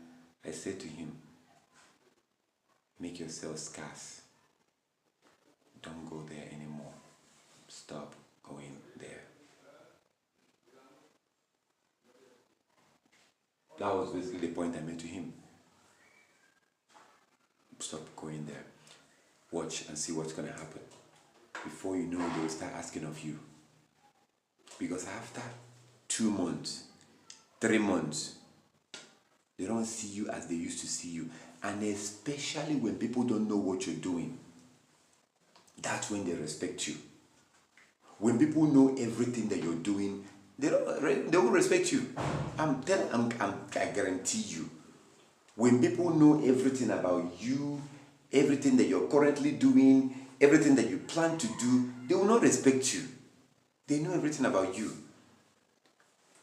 Sometimes take a break, go away. When you go away and they don't see you, when they now see you after some time, they will feel excited. They will value you. They will appreciate you. And at that point, they no longer know what you're doing. In other words, they don't know what you're up to anymore. They are more likely to respect you. Okay? So, very, very important. What I just said is not part of this. It's not here right now. It's not on this chapter, but I'm just including that right now because it's very important. I'm including that because of what we read from verse 13 about those that talk too much. They're always talking, they're always everywhere. They talk about this, they do this, they're always showing themselves, they're always doing this. And then they will lose their value. As you see, they will now begin to worry. Look at what it says. Look at what it says here. It says, the person will now begin to complain. They will now begin to complain that people don't. Verse 16, Sirach 20:16. Then that fool, the Bible even called that person a fool. Then that fool will say, nobody likes me. Nobody appreciates what I do for them. They will take what I give them, but then they talk about me behind my back. He's right. He's a constant joke to everyone. So, as you try and sometimes stay away from family members, stay away from your town, stay away from your village, stay away from and even when you're in a congregation with people, don't. I know you feel so tempted to talk and do this and blah blah blah blah blah blah. No, try and have some secret, try and just do your thing, just to be able to maintain your respect. But if you're too open and you're too this thing, and it does bring, you're always making noise, you're always laughing loud, and people will not appreciate you, and before you know it, you will become that person in Sirach 20:16. You now begin to complain. I don't know why nobody respects me anymore. Nobody does this to me anymore. Yeah, because you just, you're very easy. You're too easy. You're too simple. All right, verse 18, Sirach 20:18. A slip of tongue is worse than a slip on the pavement. A slip of tongue is better for you to slip on a pavement and fall than for you to slip your tongue. And that is so true. Because you know what? If you slip on a pavement and fall, you will have pain. And it's just you and you have pain. Okay? But a slip of tongue can put you in trouble. A slip of tongue can make people to hate you. Slip of tongue when you want to say this, you end up saying something else. You mean to say this, and you say that. You say something, and people don't understand what you said. You say something, they misunderstand what you said. That thing can be, the reality is that when you sleep on a pavement and fall, highest 1 month like me, I slipped on a step here. I slipped on a step and I fell. Oh my goodness, it was horrible. I think my fingers, my toes, my toe like got caught by the stairs, and it was horrible pain. I was in excruciating pain for days, like almost 2 weeks or more. It was a horrible pain. It's like my bone broke from here.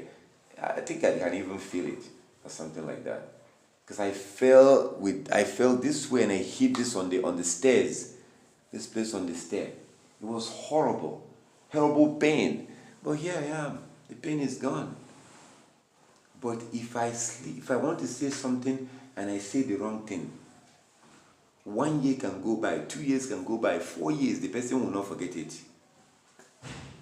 That is why it's important for us to be careful in what we say. Try and talk less. If you talk less, you have more control of your words.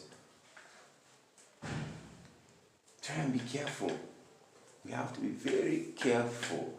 That's why it says that a slip on a pavement is better than a slip of tongue. Because you can end up saying something to someone, they will misunderstand you, and that will create a problem for a long time. Much more than a slip on a pavement. All right, so let's continue.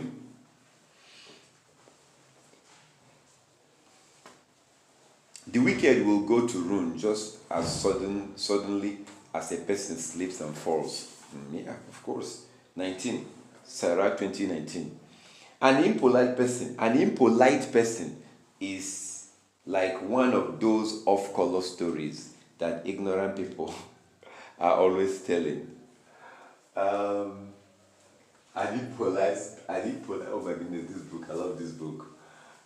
An impolite person is like one of these off-color stories that ignorant people are always telling.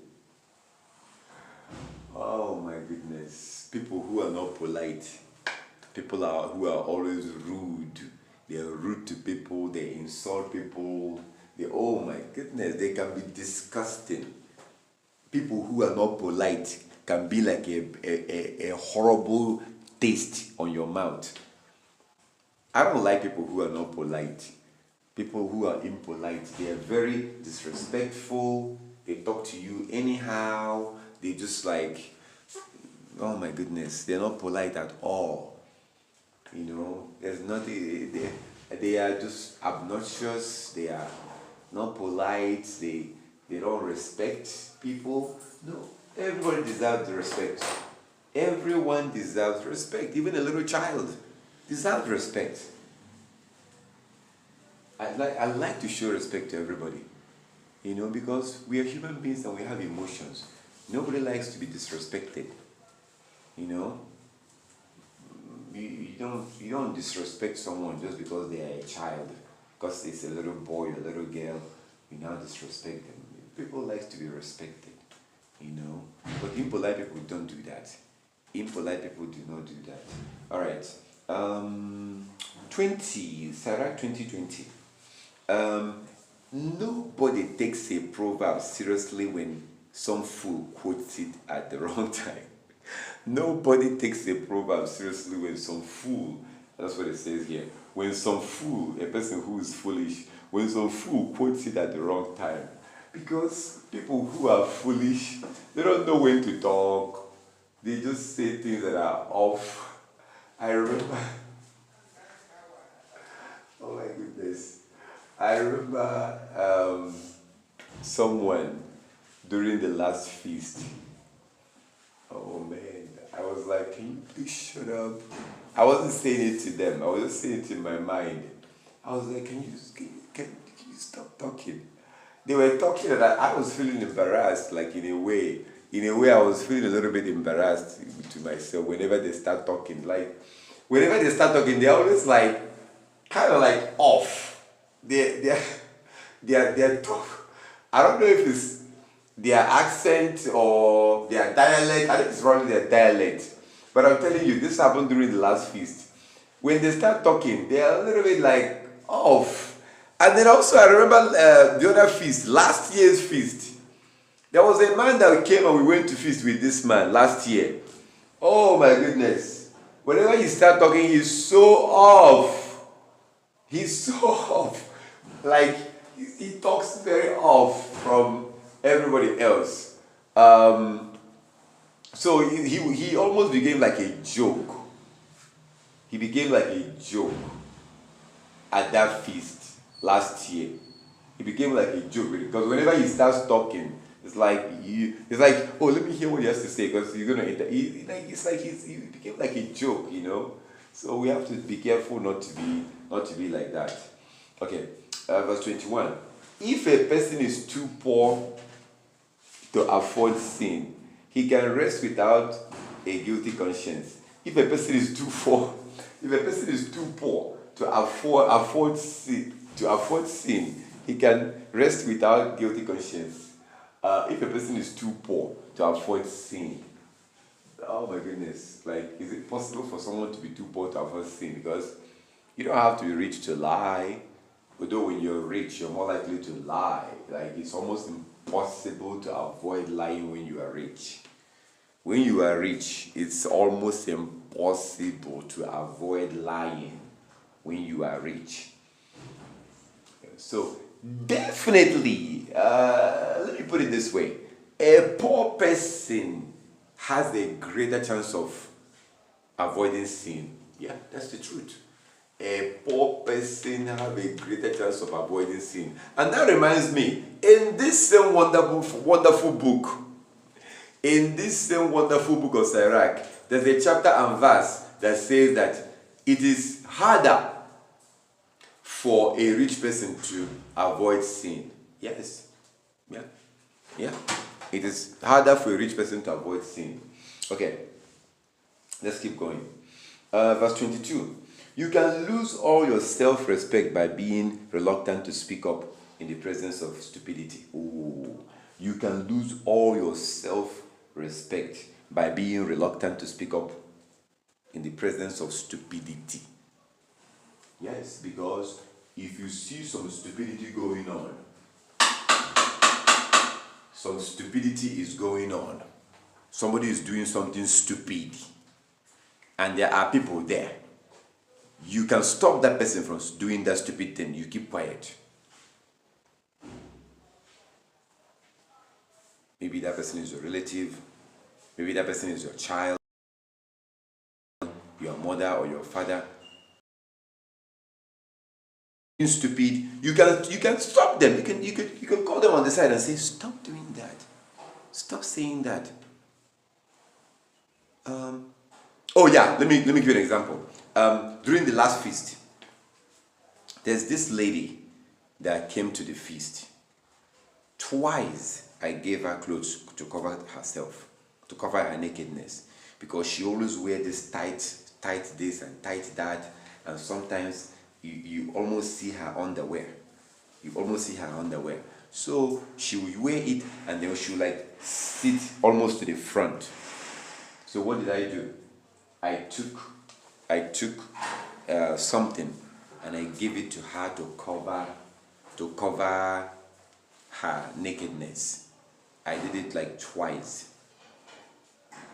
Because what this verse is telling you, is that, let me read that verse again. It says, Sirach 20:22.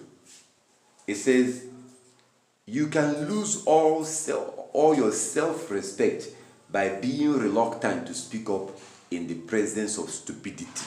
That is why I took that cloth and I gave it to that woman to cover her nakedness, because we are the congregation in the feast and she's over there wearing something short. So if I see that type of thing, as the leader, as the person who is standing there talking, I see a woman half naked sitting down there and I keep quiet. People are going to be wondering, how do you allow someone like this to be here? See? So I don't want to lose my self-respect because of him, because of her. So that's some of those things you see in the book of Sirach that I do. I love this book not with my mouth. I love the book of Sirach with my actions. I like to implement the book of Sirach into my life. Verse 23. If you promise a friend something because you are too bashful to say no, you are needlessly making an enemy. Oh. If you promise someone that you will do something for them because you don't want, you're being afraid, you're afraid to say no. You are afraid to say no. Or you're too proud to say no. So you agree that you will do that thing. And when the time comes for you to fulfill it, you are not able to fulfill it. You're making an enemy. Because that your friend will become your enemy. That your friend will become your enemy.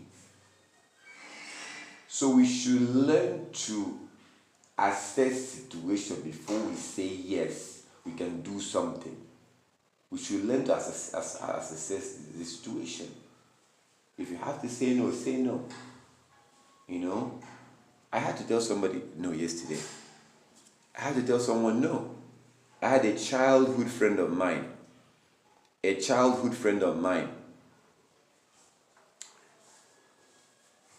His son used to stay with me. And then his son left. So yesterday, that my childhood friend of mine, oh my goodness, he was trying to convince me, my son has to come back to you. Is basically the point that he's trying to make. I don't want my son to stay with me. He's going to spoil. My son will spoil. My son will do this. My son will do that. My son is this. He's trying to convince me to take back his son. But me, I already made up my mind that I don't want to take back his son. So I don't want to, because I don't want to say no. I know that I don't want to take his son. I will take his son. Later, the problem might come. So I was like, you know what? Why don't you put your son to go and learn a trade? I know someone. I will take you to that person, and your son will learn a trade in his hand. So I was able to console him, like this verse say here. I don't want a situation where I will not, I will not be, like it says, if you promise a friend something because you're too bashful to say no. I had to say no, but I said no in a loving way. He wants me to take his son and raise his son. I don't want to take his son. I already took the boy. The boy is dumb. The boy is not ready to learn. So I wanted the boy to go, and the boy himself wanted to go. He left. His father was trying to make me to take him back. I'm like, no. But I will help you to go first, help him to learn a trade. Because the point is that if you're not willing to say no to somebody because you don't want to hurt their feelings, you cannot do something, you go and say yes. Later, that your friend will become your enemy. Period. That's what this verse is telling you in Sirach 20:23. Let's keep going. Verse 24. A lion is an ugly blot on a person's character, but ignorant people do it all the time. Ooh, it's everywhere today. Lie. We lie anyhow. We just lie anyhow. A thief is better than a habitual liar, but both are headed for ruin. A liar has no honor. He lives in constant disgrace. Lie.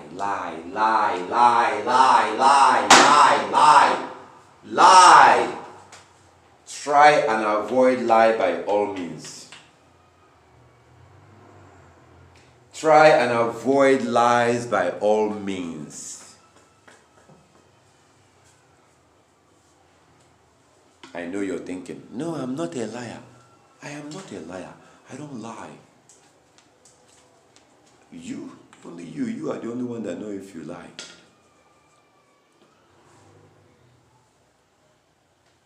You have an appointment with somebody. You're running late. They ask you, where are you? I've been waiting for you. What's going on? What are you? And you tell them, I'm almost there. I'm almost there. But you know you're not almost there. It's better to tell people the truth. Just lie. Just tell the truth. Tell the truth. All right. Verse 27. Speak wisely and you will get ahead. Oh, this is beautiful. It's almost 2 hours. It's about to be 2 hours. So we're going to finish in 2 hours. Wow.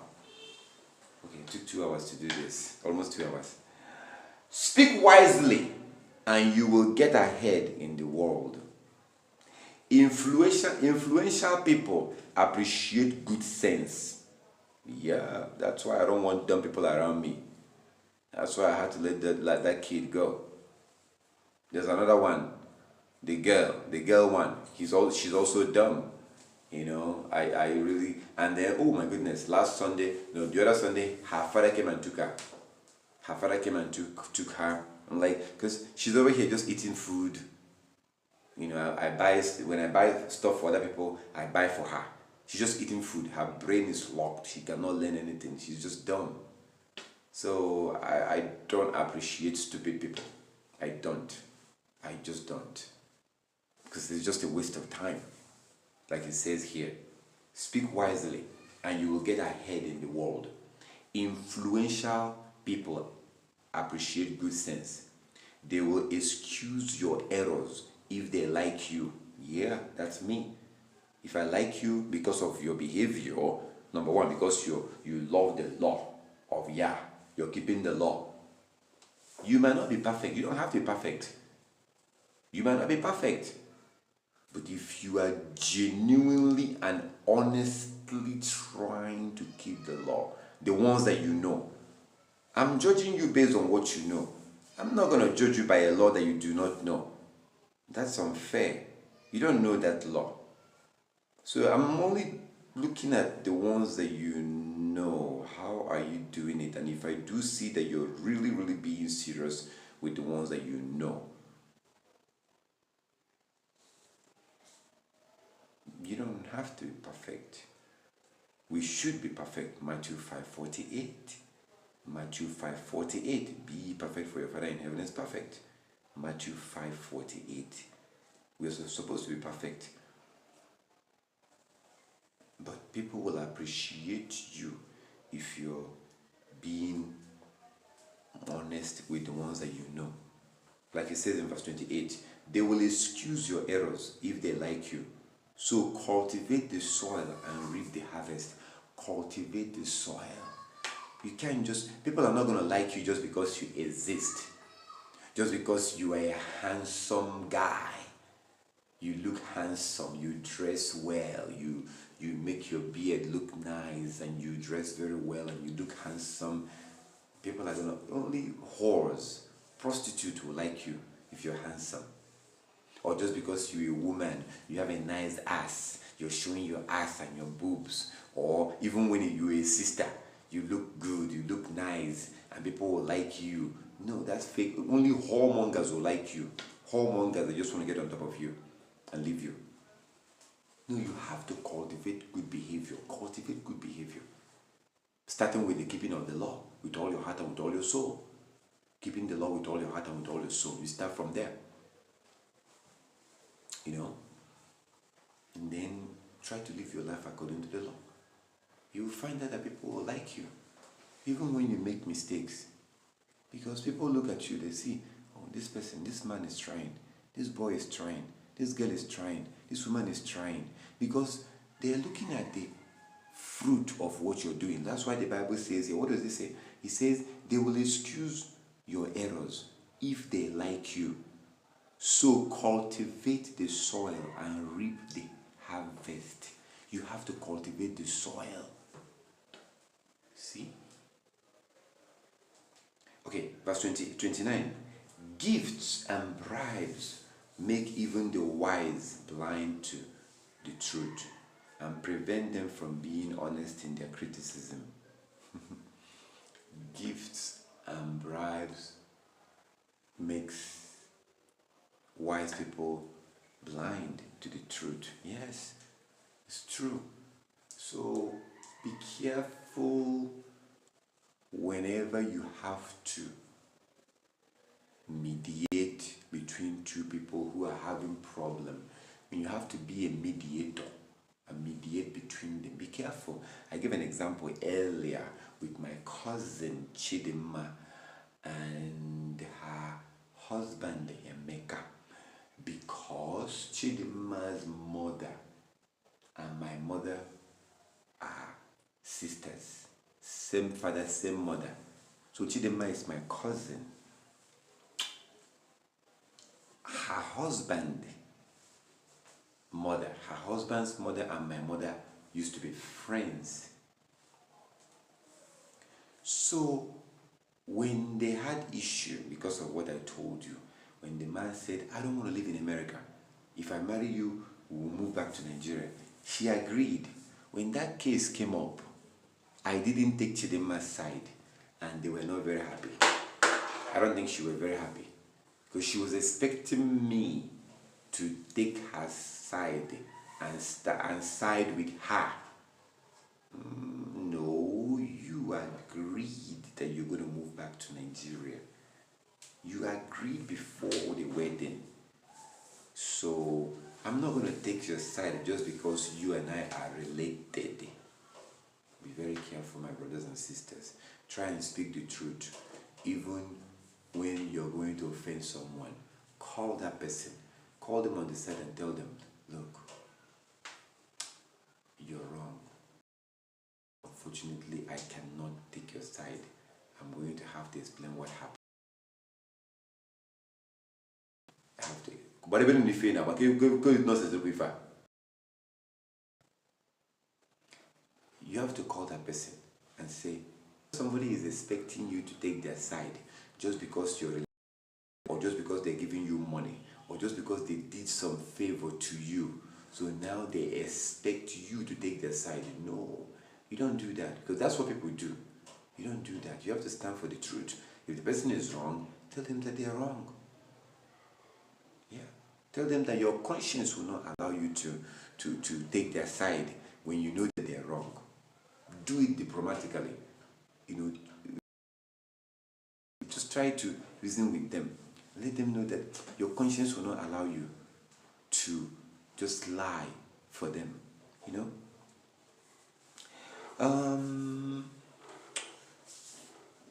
Verse 30. Which you see here is one of the reasons why I'm in Nigeria right now. What I'm about to read is literally why I'm here. This verse I'm about to read is the reason why I go out to preach in the morning sometimes. This verse is convicting me so much. What does it say? Wisdom that is not expressed is like a treasure that has been hidden. Both are useless, but but a person who covers up his foolishness is better than one who keeps his wisdom to himself. Oh man, this verse is convicting me, because I know a lot of things. I don't mean to brag, but when it comes to the law of Yah, I know a lot of things. I don't know everything. I don't know all the laws of Yah. I don't.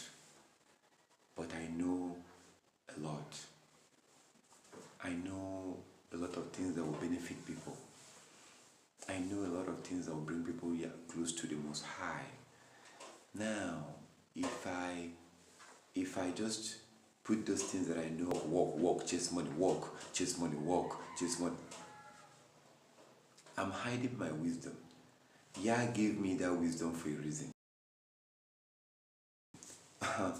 I have different ways. You see this right here? This one, This one, although it has battery problem, I'm the Yazole. This one right here is meant. It's meant. This was actually thrown away. It was thrown away in California. This particular one. I bought the other ones. I bought the other speakers I have, but this particular one was thrown away in California. I saw someone that I took it and I went and checked it. It seems like the battery was the problem, so I took it. But the reason why I have this one right now, or I brought it here, because I have different ways of spreading the word of Yah. Like this morning, we went out to preach in the village. Later today, we are going to go house to house. So I have different system of sharing that wisdom. Later today, we're going to go house to house. This one is for walking around in the market. When I go to the marketplace, I carry this and just, be walking around and letting our people know that they're Israelite, that we have to keep the law. That's what I'm going to be using this for. So, this last two verses saying that when you have wisdom, when you know something, if you know something about the word of Yah or you have wisdom, but you're not expressing it, there's no point. What's the point? What's the point of having wisdom that is not expressed? It makes no sense. It makes no sense to have wisdom that is not expressed. So, all praises to our Heavenly Father. We have gotten to the end of Sirach chapter 20. We went through almost the whole chapter. I'm very grateful. I'm very thankful. Even I myself, who are going through this, even I myself, who are reading this, I learn. I learn. So I like the book of Sirach. It's written for law keepers. I really, really recommend it. So we're going to close now. Yah's willing, we're going to be here tomorrow. If you have any question, of course, you can call me. Give me a call direct. You can call my number direct. Or you can call me through WhatsApp. Or you can email me, commandmentschool@gmail.com. There are different ways you can reach me. You don't have to have a question. If you just want to talk, you could talk. Sometimes people do that. They call me, they ask questions and then we talk and stuff, whatever. Feel free to give me a call if you have any question. All praises to our Heavenly Father. I'm going to start the law of the day very soon. Very soon I'll try to start the law of the day. And I pray that Yah will provide me some of the stuff I need. I need manpower. I need manpower technically. So I don't have to be dealing with all this technical stuff, doing this and sharing videos and editing videos and all these things. I think I'll be able to do a lot more I'll be able to do a lot more if I'm able to outsource some of these things. So, all praises to our Heavenly Father. Give the Most High all the glory and all the honor. Now, before we close, those of you who are here, do you have any questions? Any question? All right. Okay, so you on YouTube or Facebook, wherever you're watching from, if you have any question, feel free to give me a call. All praises to our Heavenly Father. We will be back tomorrow and we're going to go through Sirach chapter 21. Yah's willing, we'll meet here tomorrow again. Go to Sirach chapter 21. Join us live. This is a live broadcast actually. This is a live broadcast. And unlike yesterday, We've lasted for 2 hours and 13 minutes and something, and it did not disconnect. Unlike yesterday, that they keep disconnecting, and that was very stressful dealing with all that disconnection. But all praises to the Most High. Today we were able to have our broadcast uninterrupted, except for this one. My phone died. Okay, so may your peace and protection be upon you. Have a peaceful rest of your day, your evening, your night, depending on where you are. Yazulin, I'll see you tomorrow for Sirach chapter 21. Until then, if you want, you're welcome to give me